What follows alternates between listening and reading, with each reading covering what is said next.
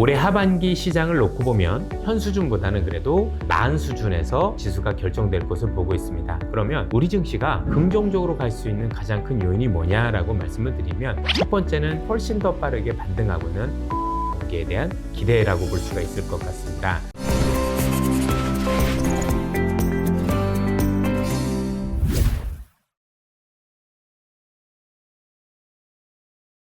안녕하세요. 매경 자이언트TV의 안갑성 기자입니다. 매일 흔들리는 주식시장에서 시청자분들의 멘탈 굳건히 잡아주실 여의도의 야전사령관을 스튜디오에 모셨습니다. 신한투자증권 이선엽 이사님 모시고 말씀 나눠보겠습니다. 안녕하세요. 예, 안녕하십니까. 예. 자, 벌써 올해 증시도 이제 5월이 끝나가고 있습니다. 예.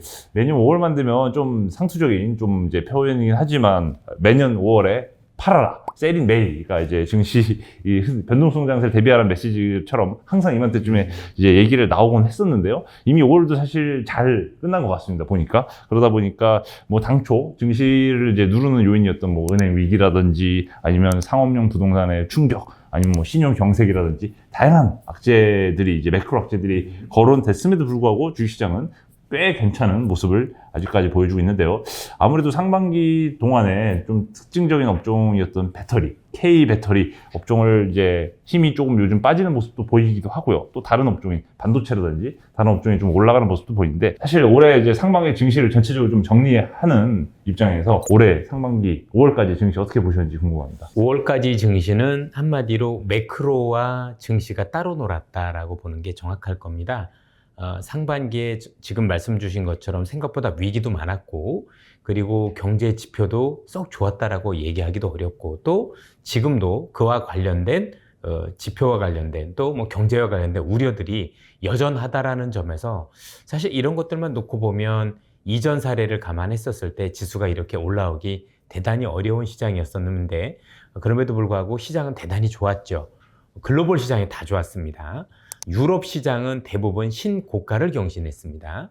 역사상 신고가니까 강세장이죠, 대단히. 그리고 우리가 알고 있는 일본도 30년 만에 기지개를 켜는 모습을 보이고 있습니다. 국내외 증시, 즉 한국 증시와 미국 증시도 아직은 박스권이긴 하지만 그래도 박스권 상단 내지는 그 이상으로 가고 있기 때문에 경기 지표와는 정말 다른 움직임이었는데, 특히 한국 시장의 특징을 든다라면 지금 말씀 주신 것처럼 배터리를 필두로 해서 조선주도 그랬었고, 생각보다 많은 업종들이 긍정적인 모습을 많이 보였었고요. 그리고 중요한 건 이런 업종들이 단순 기대감이 아닌 실제 실적 베이스를 기반으로 올라왔던 게 다른 거라고 볼 수가 있겠습니다. 이를 종합해 보면 이제 매크로 지표가 기업 실적을 우리가 전망을 하는데, 또는 이와 관련된 아이디어를 갖는데 반드시 일치하는 건 아니겠구나라는 게 이번 시장의 아이디어가 아니었나라는 생각이 들고, 그러면 이번 상반기에 좋았던 업종들이 왜 그렇게 좋았을까라고 복기를 해보면, 기본적으로 너무 낮아진 기대치들, 예를 들면 배터리를 제외한 대부분의 업종들은 기대치가 너무 낮았고 경기가 안 좋아지면 향후에도 이 정도 이익이 훼손될 거라고 생각을 했는데, 실제는 그렇지 않았다라는 게 중요하고요. 배터리 같은 경우는 또 배터리 말고도 여러 저도 지난해부터 LS라든가 현대일렉 같은 전력 배송, 송배전 관련주들 추천을 많이 했었는데 실제 많이 오르기도 했었고요. 궁극적으로 미국의 또는 글로벌 시장에서 있었던 성장 동력의 변화가 먼저 반영이 되기 시작을 한 거죠. 통상적으로 새로운 성장 동력은 경기가 완전히 침체로 가고 나서 그 침체를 나중에 이기기 위한, 그래서 새로운 엔진으로서 역할을 많이 해주는 부분이기 때문에 경기가 어려워질 때 제시되기보다는 더 어려워진 상황에서 나오기가 일반적이었는데, 이번에는 경기가 어려워지고 있는 상황에서 그런 IRA라든가 향후에 미국이 나아갈 길에 대해서 미국 정부에서 먼저 정책적으로 많이 제시를 했고, 그 정책적인 거 관련해서 아무래도 가장 큰 수혜가 한국 기업들이다 보니 이를 반영해 나가면서 경기 사이클과 다른 좋은 모습을 보였다라고 생각을 하고 있습니다. 그래서 조금 소개를 해보면 이제 경기 지표 자체가 또는 이를 통해서 기업의 이익 전망을 얘기하는 것은 굉장히 어려워질 수 있는 시장이 왔구나라는 거고, 두 번째는 경기도 중요하지만 현재 바뀌고 있는 산업에 대한 변화, 이쪽에 우리가 조금 더 초점을 둬야 시장을 잘 따라갈 수 있겠구나라고 생각을 할 수 있는 게 상반기 시장의 소결이 아니었나 싶습니다. 네, 감사합니다.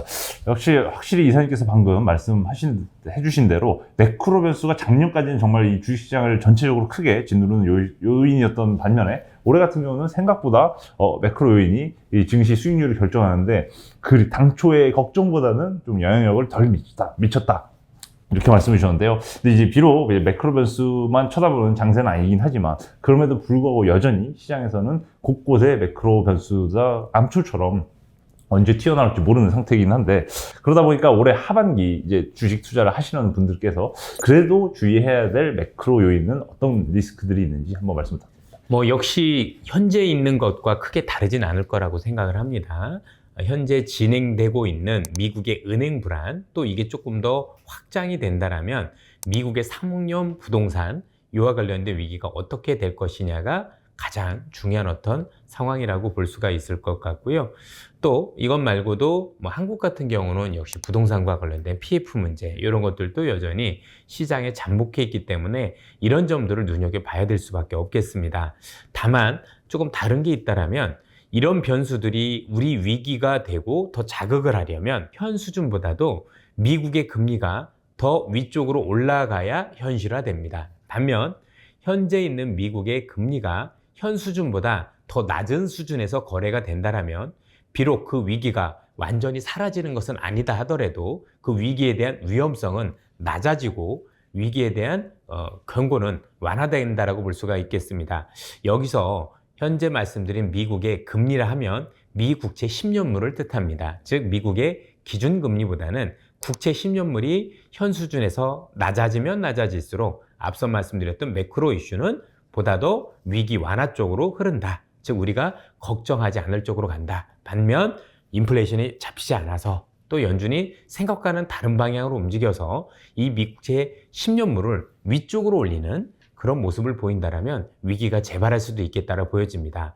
그러면 앞으로 방향을 어떻게 보고 있느냐? 저는 여전히 현재 위기와 관련해서는 확산보다는 완화 가능성이 조금 더 목전을 두고 있는 게 그렇게 말씀드릴 수 있는 근거도 좀 말씀을 드리면 그럼 앞으로 볼 때 미국의 국채 10년물 이게 내려갈 거냐 내려가지 않을 거냐는 앞으로 우리가 볼 때 연준이라는 이 기구가 앞으로 금리를 어떻게 갈 거냐고 좀 여부가 있을 거라고 생각을 하는데요.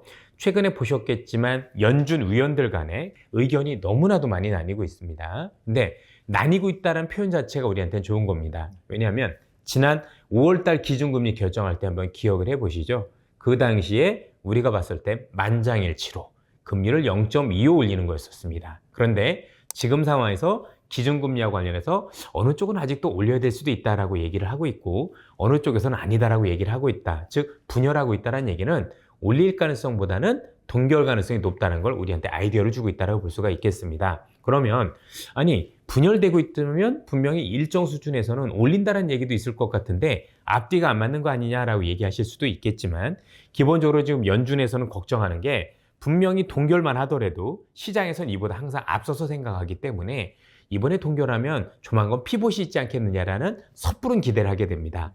연준 입장에서는 이런 섣부른 기대를 꺾고 싶겠죠. 그래서 비록 6월에 동결을 하더라도 그 동결 이후에 빠르게 금리를 인하하지 않을 가능성이 높다라는 컨센서스를 유지하기 위해서는 현 상황에서 우리한테 뭔가 헷갈리게 그래 동결을 하더라도 여전히 일부에서는 금리를 올리고자 하는 목소리가 있다라는 표현을 통해서 사람들한테 경각심을 주기 위한 트릭이라고 보여집니다. 연준 스스로도 최근에 파월 의장도 마찬가지지만 기자회견을 통해서 은근슬쩍 최근에 했었던 은행 불안에 대해서 드디어 신경을 많이 쓰기 시작했습니다.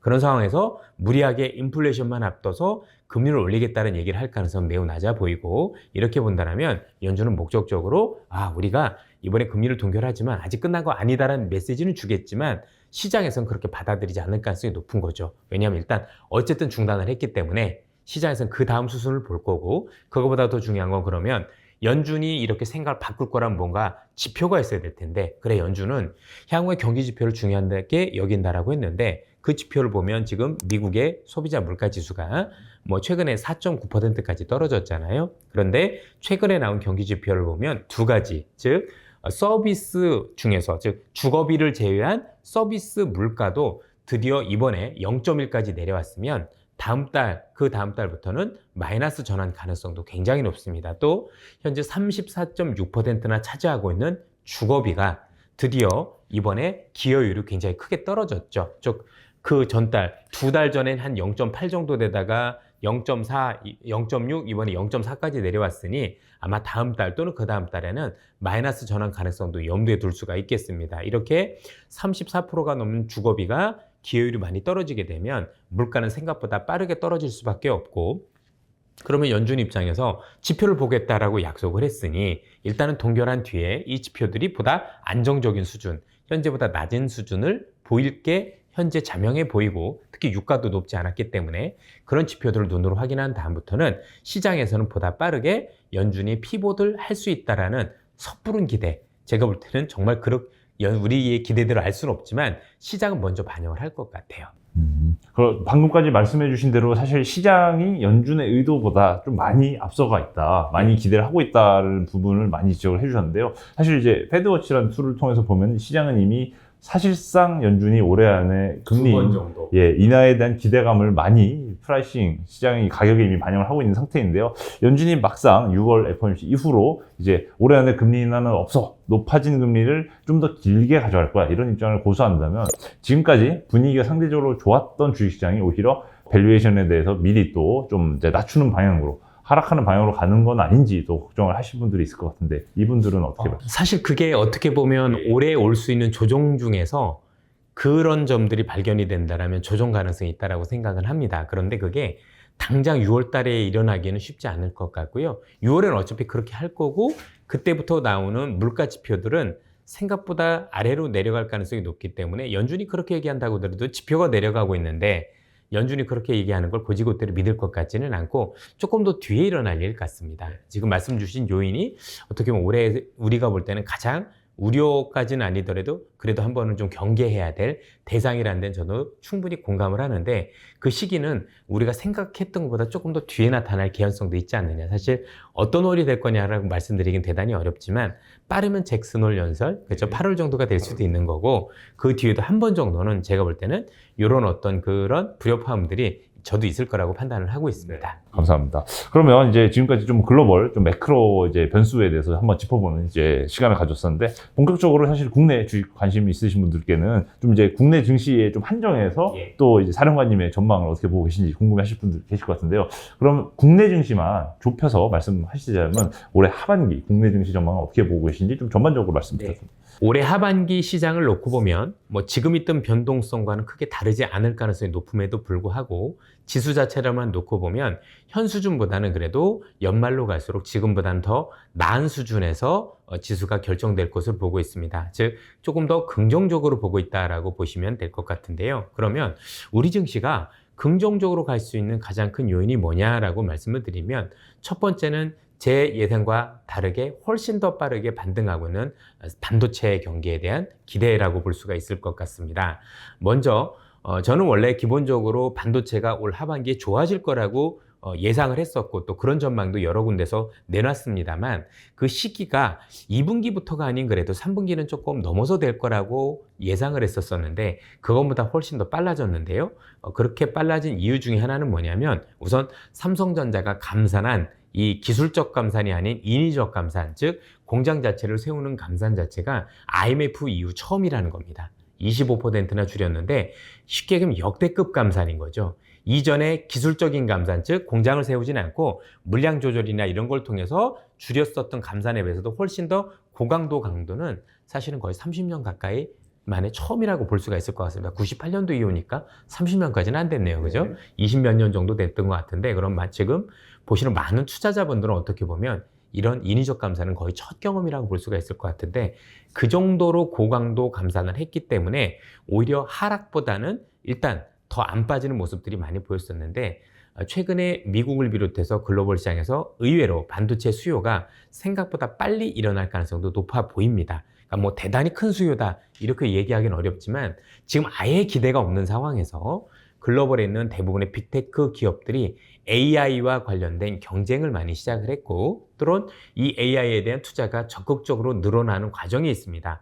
궁극적으로 이 AI는 다 알다시피 조금 더 내게 더 성능이 좋다라는 걸 시장에 알려야 될 필요성이 있는데, 그렇게 알리기 위해서는 수많은 이 AI들이 뭐 딥러닝도 많이 해야 될 거고 그렇기도 하지만, 그러기 위한 하드웨어, 스펙도 좋아야 되는데, 그 스펙과 관련된 부분은 아무래도 반도체에 대한 투자가 될 수밖에 없을 것 같다. 그 기대가 우리보다 높으냐 낮으냐 차이인 거지, 어쨌든 지금 시장 기대가 워낙 없기 때문에 이와 관련돼서 일정 부분의 수요만 생긴다고 하더라도 삼성전자의 주가가 의외의 모습을 보일 가능성이 높지 않겠느냐. 일단 전자가 많이 버텨준다면 우리가 나쁘지 않을 가능성이 높다고 보여지고요. 또 전자 이외의 대부분의 산업들 중에서도 중후장대한 사업들 같은 경우도 바닥부터 지금부터 실적이 개선되는 모습들이 많이 보이고 있습니다. 조선도 그렇고 또 여러 가지 뭐 산업들이 되게 좋아지고 있다라는 점. 그래서 아마도 투자자분들이 하반기 경기 한국이 대단히 많이 좋아질 것처럼 느끼시는 분은 없습니다. 오히려 지금 여러 가지 요인들 때문에 한국에 대한 성장률 전망치가 낮아지고 있음에도 불구하고, 앞서 미국도 말씀드렸지만 경기 지표하고 이게 주가 지수도 기업의 이익이 다른 모습을 보이고 있는데, 한국은 올해 이게 굉장히 하반기로 갈수록 극심하지 않을까라는 생각을 하고 있어서, 일단 반도체와 여러 업종들의 이익이 좋아지는 점, 생각보다는 좋아지는 점들이 좋은 게 첫 번째고요. 두 번째는 역시 중국이 경기가 좋아질 수 있는 점이 국내 시장에 반영될 수 있다는 부분입니다. 물론 최근에 하는 총재께서도 중국 경제가 옛날 것 같진 않다. 지난 10년 동안 봐왔던 것과는 다르고, 또 우리가 향후 10년에도 중국과 관련된 그 수혜가, 중국이 좋아지더라도 수혜가 제한적일 것 같아서 이전만큼 중국에 대해서 기대치를 굉장히 하면 안 된다는 말씀을 주셨고, 저도 거기에는 상당 부분 동의를 하고 있습니다. 그럼에도 불구하고 중국의 현재 좋아지고 있는 서비스업부터 경기가 회복되기 시작하면 많지는 않더라도 우리 경제의 일정 부분 수요가 있을 수 있다고 생각을 하고 있고요. 역시 우리 경제가 적극적으로 좋아지기 위해서는 누가 보더라도 부동산 경기가 올라오는 것, 또는 내구재 소비라고 보통 많이 부르죠. 이 소비가 일정 부분 회복이 되어야 좋아진다고 생각을 하는데, 기대치보다 낮을 뿐이지 현 수준보다는 그래도 나을 수 있다는 데 저는 초점을 두고 있습니다. 제가 5월 말일에 그것 때문에 이제 사비를 들여서 중국에 가서 이걸 확인하기 위해서 들어갑니다. 중국의 증권사들도 많이 만나게 되고, 또 중국의 유수기관들과도 미팅, 또 저는 중국에 있는 수많은 그런 어떤 유통업체들을 제 발로 샅샅이 뒤지면서 어떻게 변해가고 있는지, 또 중국 시민들을 만나보면서 어떻게 생각하고 있는지 좀 많이 생각해 볼 생각입니다. 그래서 그걸 통해서 내 기대치가 어디까지 올라가야 되는지 볼 필요가 있다고 생각을 하는데, 분명히 가능성이 있다고 보여지고요. 특히 이 점은 좀 말씀을 드리고 싶습니다. 중국도 어쨌든 경기를 살려고자 하는 어떤 그 니즈는 분명히 있을 텐데, 지금까지 굉장히 소극적인 이유 중에 하나는, 첫 번째는 미국과의 어떤 그 현재 미중 간의 갈등, 요걸 통해서 좀 내실을 좀 더 다지기 위해서 뭔가 좀 체력을 다지는 것 때문에 현재 생각보다 경기 부양책을 강하게 쓰지 않은 부분도 있을 수 있다라고 생각을 하고 있고, 이거보다 더 큰 요인은 현재 미중 간의 금리차 때문이라고 생각을 합니다. 무슨 얘기냐면, 중국이라는 국가가 지금 경기 부양을 위해서는 누가 보더라도 현재 침체가 되어 있는 부동산을 살릴 필요가 있는데, 부동산을 살릴 땐 우리 시장에서도 또는 미국에서도 경험을 했겠지만 금리가 최고 좋습니다. 경험하셨겠지만 금리가 오르면 부동산은 쥐약이죠. 반면 금리를 내리면 어떤 식으로든 부동산은 살아날 수 있는데, 흔히 얘기하는 중국이라는 국가가 뭐 지준율부터 시작해서 금리를 보다 적극적으로 내드리지 못하는 배경에는 미중 간의 금리 차가 있는 거죠. 즉, 미국이 계속해서 금리를 올리고 더 올릴 수 있는 상황에서 금리를 내리게 되면 미중 간의 금리 차가 커지게 되고, 그런 커진 금리 차는 중국에서 외자의 이탈, 그렇죠? 자금의 이탈 가능성, 또는 위안화가 약세를 띠면서 중국이 현재 생각하고자 하는 내수 소비, 즉 중국인들의 그 가처분 소득이라고 하면 좀 그렇고, 뭐라나 환차익이라고 보통 표현을 해야 되나? 하여튼 이런 것들에 대한 기대, 즉 중국에 대한 화폐 가치가 높아야 수입 물가가 낮아지면서 돈을 많이 쓸 수가 있을 텐데, 그런 요인들에 부정적으로 작용할 수 있겠죠. 반대로 생각을 하면 미국의 기준금리 인상이 끝났다라는 시그널이 들어왔었을 때, 또는 아직은 섣부르지만 피봇에 대한 기대가 높아질 시점에서는 중국이 보다 여유 있게 통화정책을 쓸 수가 있겠다. 그리고 그 통화정책을 쓰는 시점부터는 앞서 말씀드렸던 부동산 경기 회복에 대한 기대, 또는 내구재 소비에 대한 기대가 높아질 수 있을 것 같고, 그게 올 하반기라고 놓고 보면 그 올 하반기에 이런 기대감들이 같이 합쳐졌을 경우 우리 IT 경기 또는 현재 중간재라고 보통 불리는 석유화학 제품이라든가 이런 중간재 부품에 대한 수출이 그래도 지금보다는 조금 더 나아질 가능성이 높기 때문에 이런 점들을 감안했었을 때 저는 올해 하반기 국내 증시는 지금보다는 그래도 조금 더 나은 모습이 될 거다라고 생각을 하고 있습니다. 네. 전체적으로 이제 세 가지 정도, 이제 올 연말 기준으로 국내 증시가 현재보다 좋을 것이라고 말씀해 주셨는데, 첫째는 이제 반도체를 앞세운 네. 이제 전자산업과 IT 산업의 소부장까지 다 생태까지 포함해서 이제 전체적으로 실적이 개선되는 모습이 보인다. 턴어라운드 말씀을 해주셨고, 두 번째로 중무장대 업종, 특히 뭐 조선이라든지 이런 업종들이 실적 개선세가 뚜렷하게 이제 네, 나타날 것이다 네. 말씀해 주셨고, 마지막으로 중국의 이제 경기 부양책과 이제 리오프닝 이후에 효과가 과거만큼은 강하지 않을지라도 점차적으로 한국에 반영될 것이다 말씀을 주셨는데,